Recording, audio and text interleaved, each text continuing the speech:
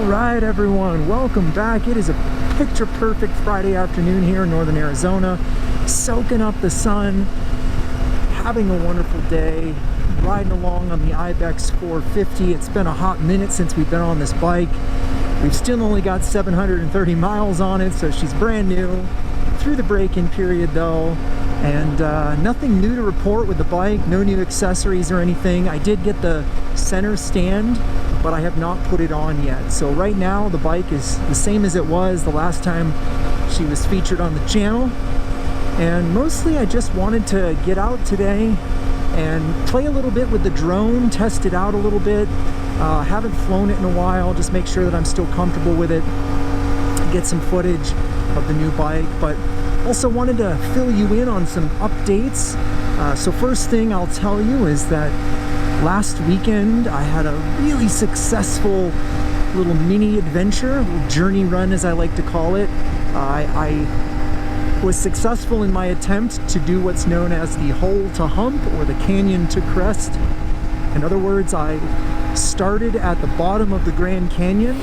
All right, here we are at the river, starting our canyon to crest by dipping my toe in the Colorado River, and then I hiked up to the rim and kept on going all the way down into Flagstaff and finished by climbing the highest point in Arizona, Mount Humphreys, and ended my journey on the top of the mountain some 71 miles later. And 24 hours later. So it was quite the adventure. I'll put together a video summarizing how that all went, but the short story is that it was very hot. We had a warm spell here, so the canyon was pushing 100 degrees Fahrenheit, or about 40 degrees Celsius. And yeah, needless to say, I ran out of water a couple times, but in the end it was all a great success. So I will post some about that soon, but in the meantime, if you're anxious to read about it, I did post my run report over on my journal site, or go listen to the podcast episode that I posted as well on Treks to Nowhere. So that's the first bit of news. The second bit of news is that tomorrow I head to Denver for 5 days, and while there I'm going to be spending a few days in the Ice Core Lab, which is sort of my usual MO for my time in Denver. I usually go to the Ice Core Lab to do some work, some research. So I'll be spending a few days there, and that's always fun. I really enjoy playing in the freezer, getting my hands on some ice. But I'm also hoping to squeeze in a short adventure or two on there. Stay tuned. I don't want to give away anything just yet, but I've got kind of a quirky adventure planned for this trip, and possibly a second adventure as well. So depending on time, yeah, I expect to get some fun stuff uploaded here in the next week or so. Following that, June 21st weekend on the solstice, I will be running my second San Juan Solstice 50 miler. And as of right now, I feel good, I feel fit, I don't feel sick.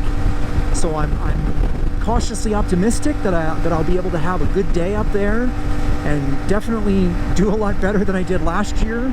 And that'll bring me into July. And then in July, that first week of July, is when I've got my big moto camping trip planned. So every year I try to block off a week on the calendar and set it aside for some sort of moto adventure. And typically that means I go to Colorado, and I drive up into the San Juan Mountains and explore and do a bunch of good fun stuff up there. And this year is no different. We're sticking to that script. We're going to be going up through Utah and probably ride the Moki Dugway again. A couple other fun places up in that area, sort of Canyonlands and Moab, and then head into Colorado from the west. And then my primary goal for this trip to Colorado is I have 2 14,000 foot peaks remaining, and I'd like to try and finish them out this year. So I have plans to do both of my remaining 2, but I will put out the caveat that you know, obviously there's a lot of variables here. Both of these peaks I have left are very difficult. two of the most difficult of the entire set. So there's a lot of question marks. In a perfect world, I'll get both of them knocked out and be done with it. But I think even if I could just do one of the two, I would come away from the trip feeling pretty good. And I am going to target Capital, the most difficult one, first as my primary goal. I'd like to just get that one done and get it behind me. And then that will leave me just Snowmass to do. And hopefully I'll do that again. I'll do them both on this trip. But if I can only do one, I'd really like to get Capital done and behind me so that I just don't have to stress about it anymore. So with all that exposition out of the way, I'll check back in here in a minute once we get up onto the forest roads.